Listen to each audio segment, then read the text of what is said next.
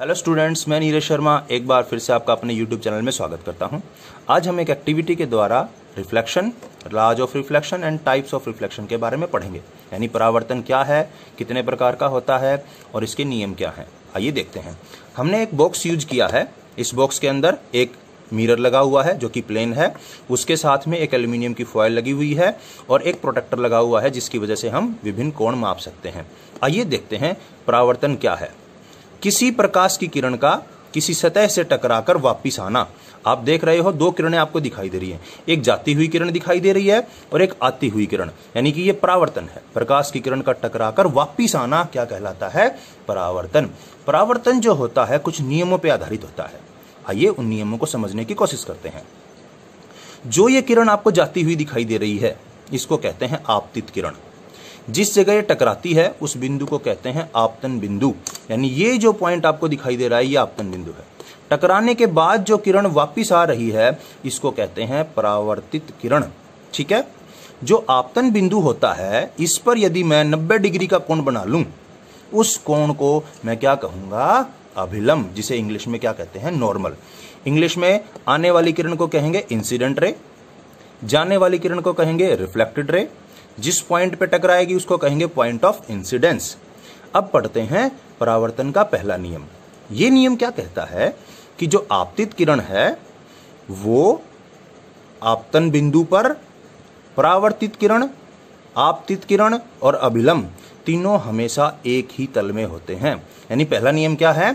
आपतित किरण यानी जो आने वाली किरण है वो, जो किरण गई वो यानी परावर्तित किरण, और अभिलंब, अभिलंब यानी यहां बना हुआ 90 डिग्री का कोण, ये तीनों हमेशा एक ही तल में होते हैं। तल का मतलब क्या है? ये एक ही जगह, एक ही प्लेन में होते हैं। जैसे ना ये जो आपको पेपर दिखाई दे रहा है इसी पे है, ये ना पेपर के ऊपर है ना पेपर के नीचे है, पेपर पर जो है ये एक प्लेन है। तो पहला नियम समझ में आ जाएगा। आपतित किरण, परावर्तित किरण आपतन बिंदु पर अभिलंब के साथ एक ही तल में होते हैं। दूसरा नियम क्या है? आइए देखते हैं। अभिलंब के साथ आपतित किरण के कोण को कोण आई कहते हैं और अभिलंब के साथ परावर्तित किरण के कोण को कोण आर कहते हैं। यानी दो कोण बनते हैं, कोण आई और कोण आर।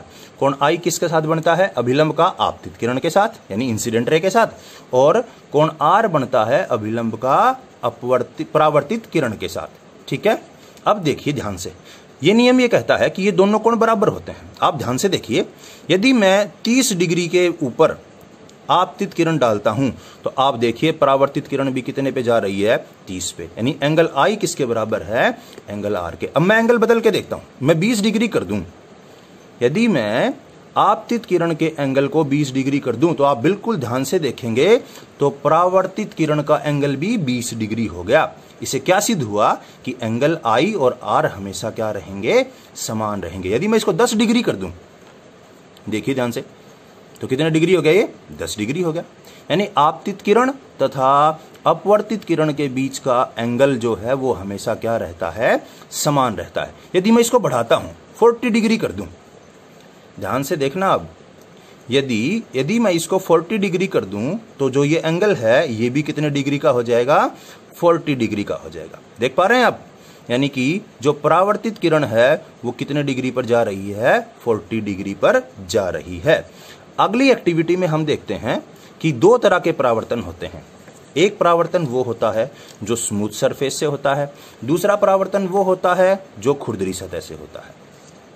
स्मूथ सतह से होने वाले परावर्तन को हम क्या कहते हैं? रेगुलर रिफ्लेक्शन, जिसमें दो समानांतर आने वाली किरणें, देखिए दो लेजर लाइट आपको दिखाई दे रही हैं, दोनों रेज जो हैं वो कैसी आ रही हैं? समानांतर।